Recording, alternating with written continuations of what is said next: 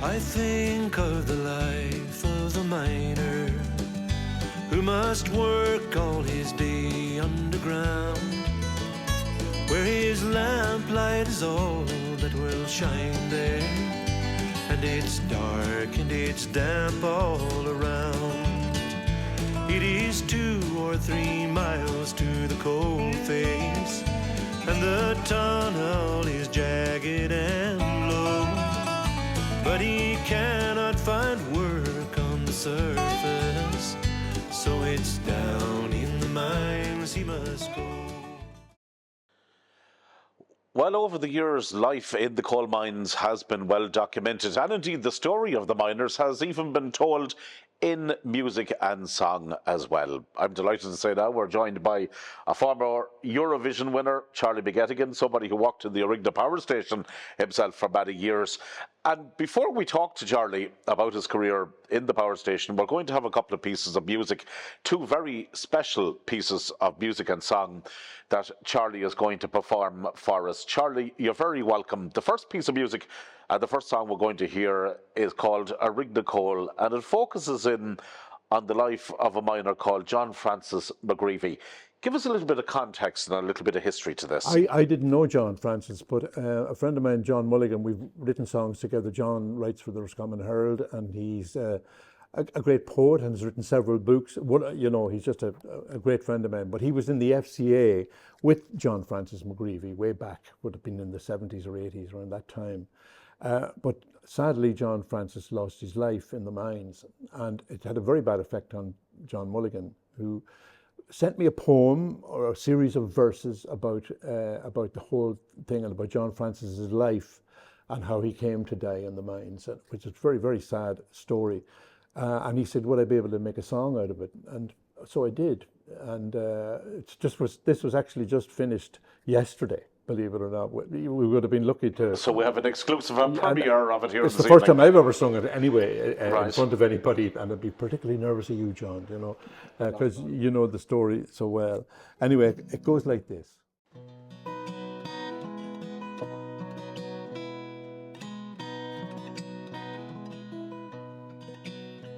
John Francis stood there, and he chewed on a crust as the miners worked past the front door. White eyes and white teeth, black streaks on their cheeks, as from the coal dust that filled every pore. John Francis was strong. He was a tough growing boy, and the boss said that he'd do just fine. He'd make a lot more just by shoveling coal than to work on a factory line. You long to go down in the mines, little boy, but think about this if you must. Is it better to try to work under the sky than to smother and choke from the dust? They say that John Francis, he was like a machine. He could draw 40 hutches a day, and there was hardly time to bang in the beams that kept the whole mountain at bay. It was hard to hear much with the roar of the drills and the cutter that sawed at the coal.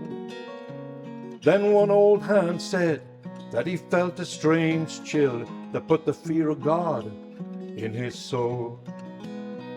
Oh, you long to go down in the mines, little boy, but think about this if you must. Is it better to try to work under the sky than to smother and choke from the dust? A miner called out, and he switched off the machine. John Francis is trapped down below. And the helmet's lights flashed as they heard the man scream, there's not much we can do for him so. Now John Francis lies up above on the hill, looking down at Loch Allen below. And the pits are all closed, and the mines are still. There's nothing but memories now. You long to go down in the mines, little boy, but think about this if you must. Is it better to try to work under the sky than to smother and choke from the dust? Now the old men walk down as far as Flynn's bar, and they speak of the days that are gone, and they watch all the tourists who come from afar to go down where the sun never shone. Oh, you long to go down in the mines, little boy, but think about this if you must. Is it better to try to work under the sky than to smother and choke from the dust? Yes, to smother and choke from the dust. Well done, Charlie. I suppose there are times when you can find cold chills go down your back. And as you sang that and you told the story, we're here in the mining experience, you know, I think that was one of those times. That song really told the story. Yeah, and John Mulligan is a wonderful writer. He has written several books, really good books. And I've been a friend of his for the last 10 or 15 years. And John's words, the way he put the words, and he prides himself on painting a picture when he writes a story or when he writes a book. And I remember he wrote one particular short story about Route 66 in America. And when he was given a seminar to some other writers, he said, "Did you notice anything funny about that story?" And that at no point did he describe the place. You know, he never described the place. And yet, from listening to the conversations that was going on in the story, you had a picture of the place, you know. And I think that's the way in this case as well. He doesn't really talk about how dark it was and how, you know, he just told the story. And that puts a picture in your head. Yeah, it's a little bit what they would tell you in sports commentary, the importance of descriptive skills. Yes. Yeah. But not alone the words, but the musical air that you put to it, the way you sang the song. I think there was so much there, epitomizes what was always in the background of working in the mines, and that was that danger that accidents were never too far away. Well, I didn't know John Francis, but a very close friend of mine, Mary McMorrow, she was Mary Giblin at the time. We've been friends for the bones of 50 years, my wife and Mary and Porrick, her husband, who comes from Ballinadlera. They live down in Kilkenny. And her father, Tom Giblin, he died not quite in the mines. He was up on a conveyor belt where they used to pick out the stones, you know, out of the coal, you know, and he fell into the bunker. It was all going from a conveyor belt into it, and he fell into the bunker and was smothered and died. And that was just after we got to know Mary, you know, and her sister Nuala and his wife Sissy. And that has never left my mind, you know, and, you know, for that reason, the miners were always heroes to me. Because if they weren't here and doing what they did, I certainly wouldn't have had a job down in the power station, you know. But somebody talked about, you were talking to Michael, talking about it being an island community. I thought that was the best description I've heard of Arigna people, because they were a community away from the rest of the world a lot of the time.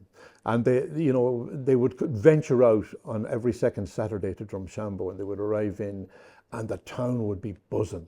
You know, the men would go to the pubs and the women would go and get the groceries in Campbell's or McManus's or whatever it was. And it was like, it was like the gold mines, you know, and really that whole community, they would come in and they would socialize and then go off again. And the next time you might see them would be maybe at the Mayflower on the following Sunday night when they would come in. I don't know whether you remember or not, but there was a big protest at the Mayflower one time when they raised the price to go into they raised the price to get into the dance to 50 pence, right. Which was, you know, you could see the top band for 50 pence when you think about it back then. And a lot of the miners were part of the protest and stuff like that, you know. Yeah, they weren't prepared to pay that. Yeah. We'll talk about life in Drumshanbo and your times at the power station in just a couple of minutes' time. But I know you have another piece of music that you're going to perform for us as well. And indeed, it's very fitting here where these videos are going to be played and are going to be viewed on the Miners Way. these miners would have walked these very hills to and from work every day. And the next piece of music you have is the life of a miner. Yeah, as I said, they were always heroes to me. You know, they were heroic people when you think of what they put themselves through. And I just try to describe this because I was brought down the mines before they closed. I think it was Michal Leyden. I think he would have been Michael's grandfather, maybe, or father. Father. He brought Angus Dunn and myself. Angus Dunn was the power station manager at the time, and I remember going into this place. I was really scared. It was a really scary place to go into, and it seemed to go on. You went in those days. You would arrive in, and it seemed to go on for miles before you got to where you're going to be working. You know, and that's in the song as well. It's called "The Life of a Miner." It goes like this. Brilliant.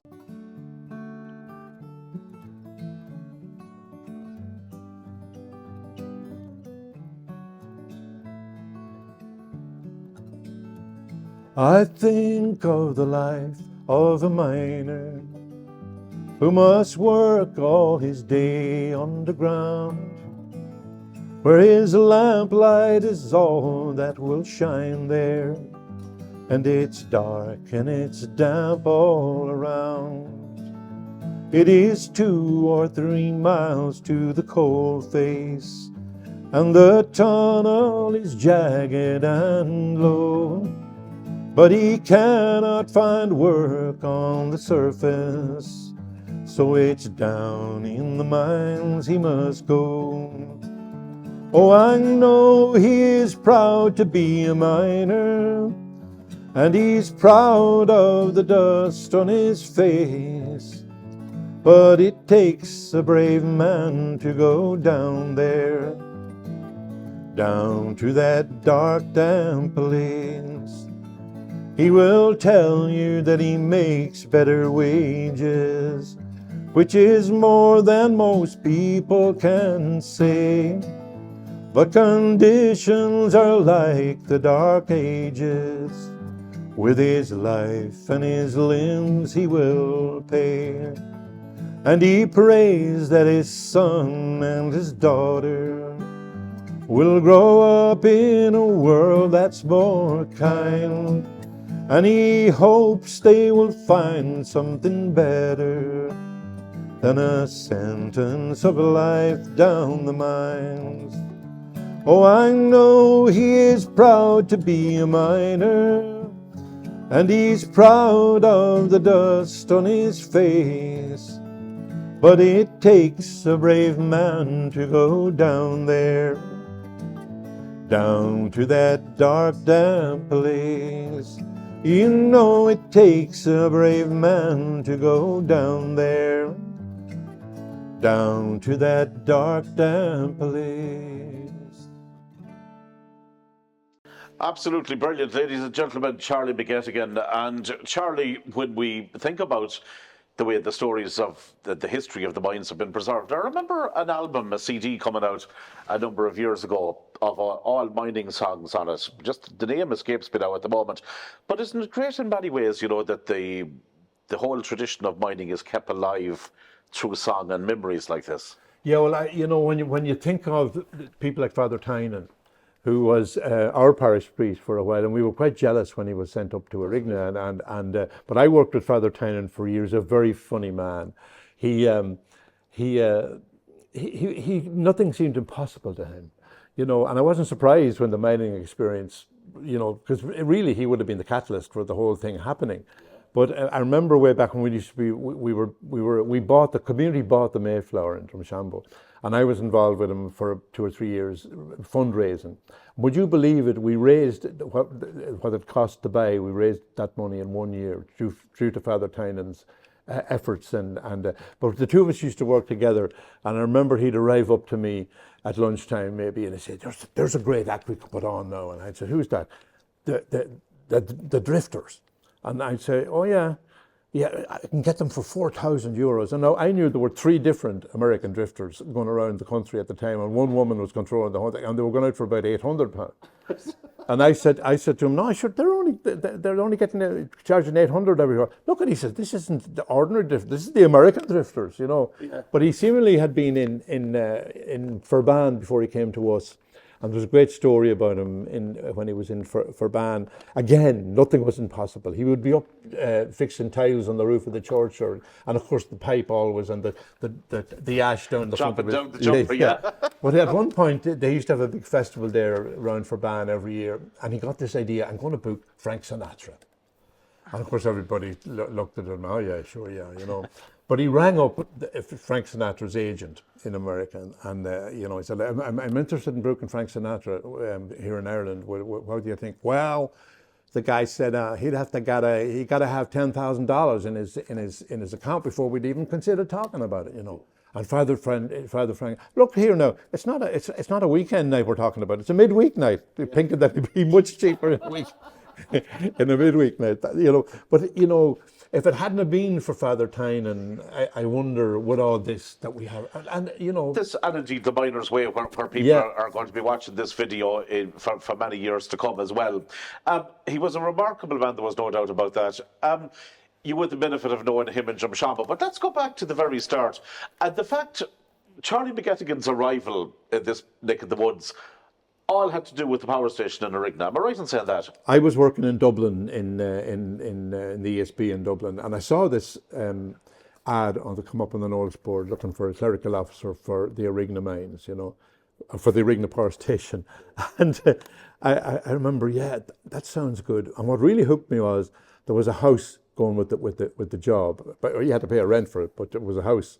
And of course, we were living in Dublin. We were only after getting married, and we hadn't a penny between the two of us, you know, Gretty and myself. Anyway, I applied for the job, and I remember doing the interview. And the guy at the interview said, what would you say is the biggest item of stock would be in the stores in Arigna? And I said, coal. And he said, I never thought of that, you know, because he would have taken it was machinery or you know, cables or whatever it would be. And I think that got me the job. And I couldn't believe it when we actually got the job, because I really didn't know where Arigna was. You know, I just knew it was somewhere down here. And plus the factor that it was a little bit closer to Donegal than, say, Dublin was. It would have been a stepping stone, all right. Yeah. I really thought I'd be here for about 6 months. Right. And then I'd go on, maybe hopefully get into Ballyshannon, where I grew up. But anyway, I arrived down, and we came a fortnight before we moved. We came down for just a little look at the place. Mm-hmm. And Angus Dunn took us around. And I remember the house was up on Grattan Avenue in Drumshanbo. They were all ESB houses at the time, yeah. Okay. And but anyway, he took me around, and we were just coming back at about 4:30 in the evening. It's getting dark, and this big truck came down the road from Arigna. I know now it's the road from Arigna, and all you could see was the whites of people's eyes and their white teeth. And these were miners. My first experience of meeting meeting them coming in, and I said, "Wow." Shakers, look at the state of them, you know, after coming. And then, you know, anyway, we came back, and I remember the first night we arrived, a man called Paddy Smullen, he worked in the power station, but he lived across the road, and his wife Teresa played the accordion. And we weren't in the house 5 minutes, but then there was a knock on the door, come over and have a cup of tea. And when I went over, Teresa took out the accordion. And who arrived knocking on the door? Only the great Packy Dignan. And Packy, I didn't know who Packy was. And the next thing, we were in a session. I had played the guitar, never much, didn't play that much of traditional music, but I played the guitar, and I joined in with them and played, and we had a fantastic night. And I said, hell with this 6 months, I like this place. And it proved, it was the music then that attracted me. And Packy Dignan was, you know, he was an amazing, and he worked in the mines, believe it or not. He always did it. I remember him many years ago. Yeah. My father used to visit a pub in Drumshanbo at the time, Tom Meehan's. Yeah. And he was the regular musician there at that stage, but hugely talented. And absolutely. Many would argue, Charlie, that never was celebrated enough. Well, yeah, you know, they have a Packy Dignan weekend in January every week, and there is a plaque to him down the town. Mm-hmm. And of course, Kieran Emmett and himself were great pals. That's right. But I wrote. Who's sadly gone to his eternal reward. Yes, as well. God, great musician. Yeah, you know. And a character. Oh, another character. Your memories of the power station, Charlie, and when that was going, and I suppose the music career was probably taken off as well. and you were combining both. Yeah, the great thing about the power station, I wasn't that busy out there, and I spent a lot of the time. It's safe to admit it now. Yeah, oh god, yeah. I spent a lot of the time looking out at Loch Allen, Yeah. and having the crack. But I always remember, believe it or not, Arigna had the telephone exchange here. So if we wanted to make a call, no matter where in the world, you had to ring Bridie up in the telephone exchange, and Bridie, can you get me Tullamore 2568? Yeah, everything was on the Which phone. was situated in Leighton's, Michael's, Yes. we're talking to a little bit earlier. Yeah. And Brady would always say Rigna, and you'd have to sort of say, you get the number. And sometimes she must have fallen asleep a few times, and it could be half an hour, and you'd be waiting on the call, and you'd have to get her again.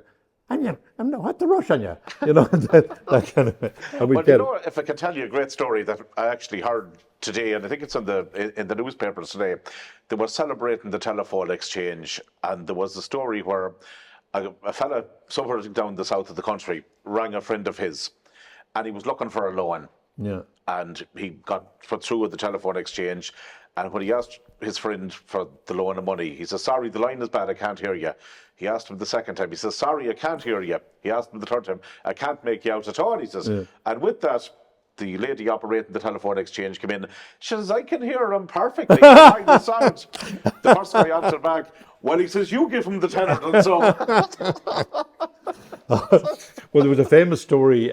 We had a telephone exchange in Drumshambo as well, and Noah McPartland was a much travelled man. He worked in Laird's factory. He was the rep. He would go around selling. synonymous with Food Hub nowadays. Yes, Yeah. but we had a shop in Ballyshannon, and believe it or not, Noel used to come to sell Bo Peep jam to my father in the shop. They'd be come in and they'd get an order for so many cases of jam or whatever it was. But at one point, Noel travelled all over the world to sort of to be a representative, and he was in, I think it was Libya. I think he was in, or I could be wrong about that, or Kuwait, some of those countries, and he was there, and he wanted to ring home. So at those stages, to trying to get home, get back, to get the thing was a major operation. So he rang, "I want to get Drumshambo 25," and that call would be put through to maybe France, and then if France would put it through to London, and then London put it through to Dublin, and this thing he was hanging on, must be 20 minutes. Mrs. McKenna answered the phone. "Hello, Drumshambo, Mrs. McKenna, it's Noel McPartland. I'm here in Kuwait." "Yarmy arse," she and hung up. But Noel loves to tell that story. Yeah, that was the choice of We'll go back phones to at time. the power station. You see, a lot of the people working in the power station were ex-miners themselves, so they knew how lucky they were to have nice jobs in there. Even though there were some hard jobs in there as well. But there was a fellow called Francie Flynn. I remember he would be the first person the trucks of coal would meet, and Francie would direct them, where to put it in the thing, in the yard, and there was a big stockpile of coal built up. But Francie was a great character, and at one point in time when we were there, there was a knock, and I worked in the office, and knock, and this fella came in, and there was two guys, and they were from the drug squad in Dublin. And I said, what they wonder what they want, And he said, well, you might have seen that there was a big drugs hall outside on the Naas Road 2 or 3 weeks ago, and there was a whole truckload of cannabis found. Now, we know you have a boiler here, and so we thought this would be a great way of disposing of all this cannabis, a big truckload of cannabis. And they ended up dumping the big load of cannabis on the street and putting it into the bunker and burning it. Imagine. And that's how they disposed of it. That's how they they destroyed it. But they said there was cows reeling in the fields all around the place from the smoke going out the chimney, But it was. We all felt privileged, and we all felt, the debt we did owe to the miners up here. Yeah. And I would, we'd all be up and down to Origna. We used to get coal briquettes and all that kind of stuff, and we were up and down. But you could never quite penetrate the community. They were kind of they locked around together. They were, as I said earlier on, they would come out for the Mayflower. They come into Drumshambo to do their shopping and stuff like that. But they were a very unique community. Tight net. Absolutely. I mean, you would have walked with a number of men from Arigna as well that would have walked to the power station and from the locality, and I presume that was a great way of building up some great friendships that's probably still going to this day. Unfortunately, a lot have passed over, but probably still great memories there of that journey. Absolutely. You know, there were the Lawrence Early, for example, who lived over, and Paddy Early, who lived on the way up as we come up here. I got to know a lot of them because there was a bank strike one particular year, and I used to have to deliver the wages. We'd have to go around to get money to pay the wages. We have to go to supermarkets who would have a lot of change, and we'd end up piles of money. Myself and Mick Regan. Mick Regan was one of the drivers, and we'd have to go around to collect all this money, and they were delighted to get rid of it because they couldn't put it in the bank, you know. So we'd get it down, and I remember poor old Mick Regan and myself, you know, in those days you'd have to have a pint with Mick on the way round or thing or here or there, and I don't know how we got home a lot of the time or how we got back with the money, but there was some, you know, that kind of thing. I remember there was a fella that worked in the mines here called John Murray, and he had a small farm on the road, on the Dowra Road. And I remember he did relief driver one day. He'd never, you know, he would, if Mick was sick, he'd have to do it.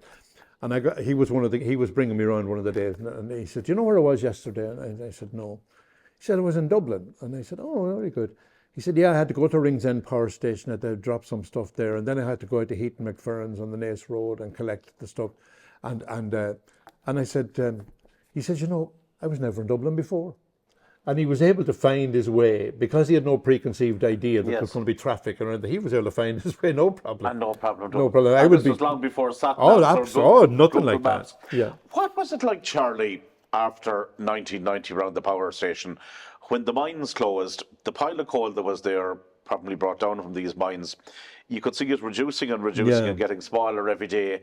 And you probably knew that the end was on the way for the power station as well. Well, you see, before the station closed for a good number of years, there was a crow coal station proposed. You know that would be open cast mining. And that was going to be built alongside. Yeah, and it had got to a very crucial stage. You know, they had surveyed. I remember. They had surveyed for the foundations for it and all that kind of stuff. Well, the ESB is serious about that, because we've heard that in a number of interviews already, that there was political will for it, but people were doubting the bona fides of the ESB for wanting that there. I think that when the power station was built, it was built to burn the coal here. But it never was really a profitable operation. It was it never paid its way as such. But it kept. Viable. But in the overall context, it kept people working, kept businesses going. You know, and then when the crow coal came along, things were a bit more financially problematic, and they figured that in the end, after they did put a lot of work and a lot of investigation into building it, and then suddenly it was shelved.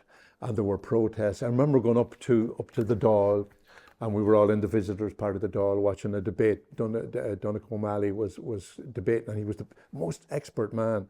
You know, you remember he formed the Progressive Democrats afterwards. Yes, right. And he had a great knowledge of the situation, and he made a great case for. And he was pro the station.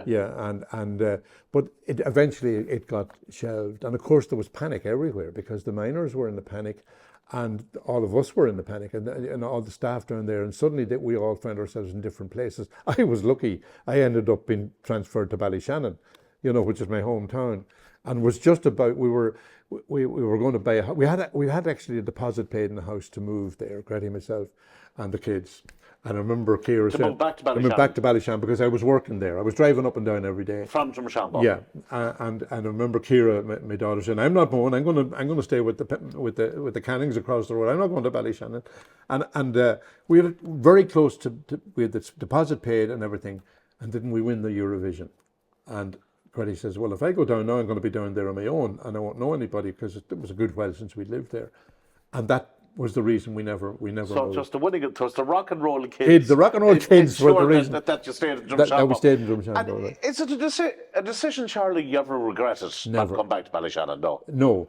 I was only going back to Ballyshannon at that stage because I had to have a job, because the dream of being in Ballyshannon was gone the night I met Packy Dagnan. You know, when I said, because music to me, the music in this whole area, you know, you had Joseph McDermott up the road, you had Tommy Guihan. I was going to make that point. You were living in an area where there was so many festivals. You had the Joe Mooney Summer School, obviously. You had on Toastal in Drumshanbo. You had the O'Carlin Festival in Keecher just out the road. So it was an area many people would say it was probably an artist's paradise. Absolutely, and you had great writers like Brian Layden. You know, you had great literature and stuff in the place, and of course today we've Michael Harding living up beside us up here, but the music was particularly rich around here. You know, you know Sean Gilrain from Ballinaglara. You had then the further you had the people in Havas. You had great musicians over there. I can't think of their names now. McNamara's. Brian McNamara was a great piper.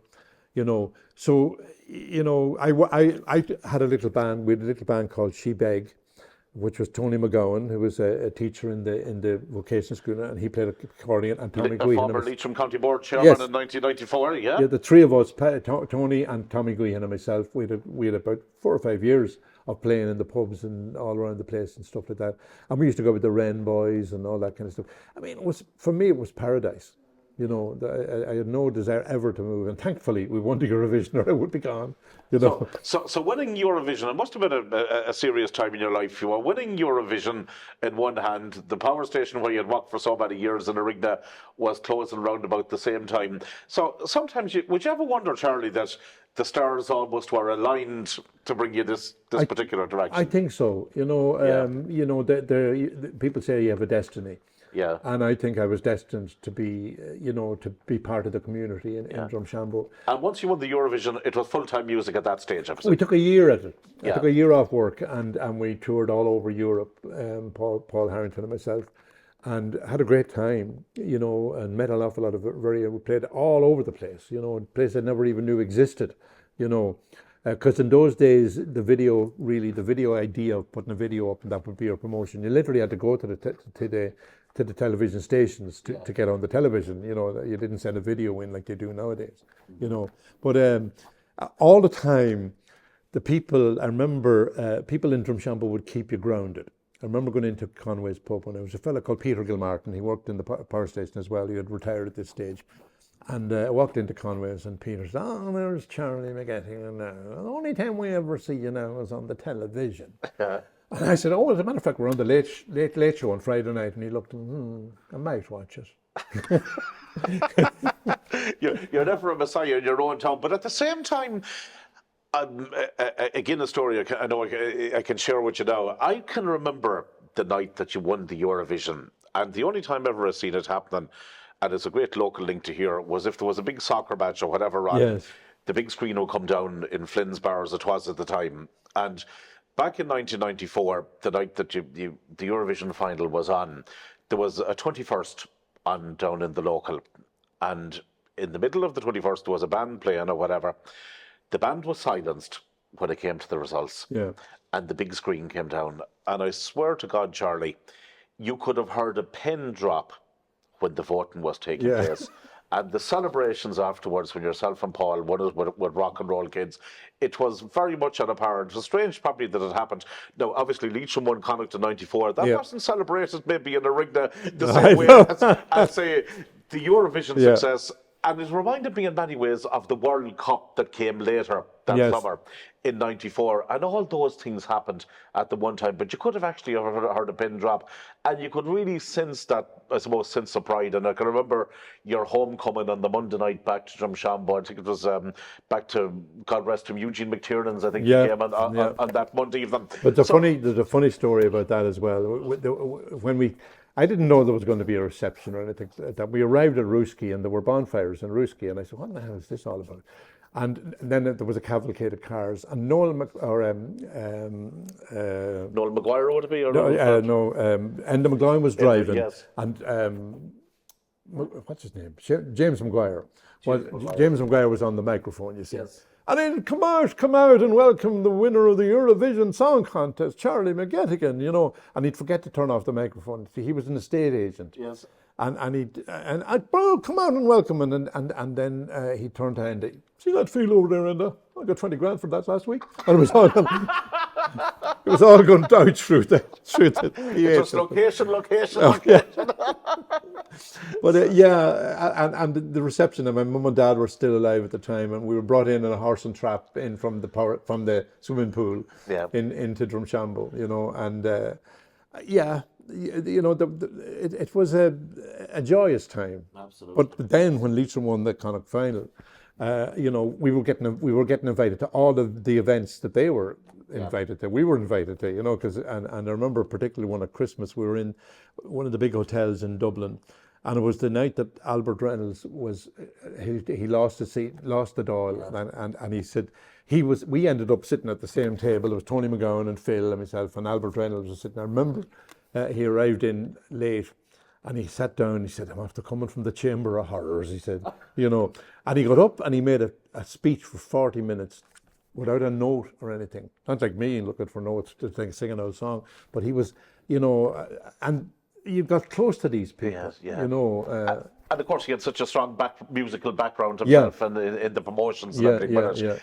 Charlie, we've taken up so much of your time. Final question I just want to ask you, from all your time in the power station and the people that you walked with, maybe a story that's suitable for video.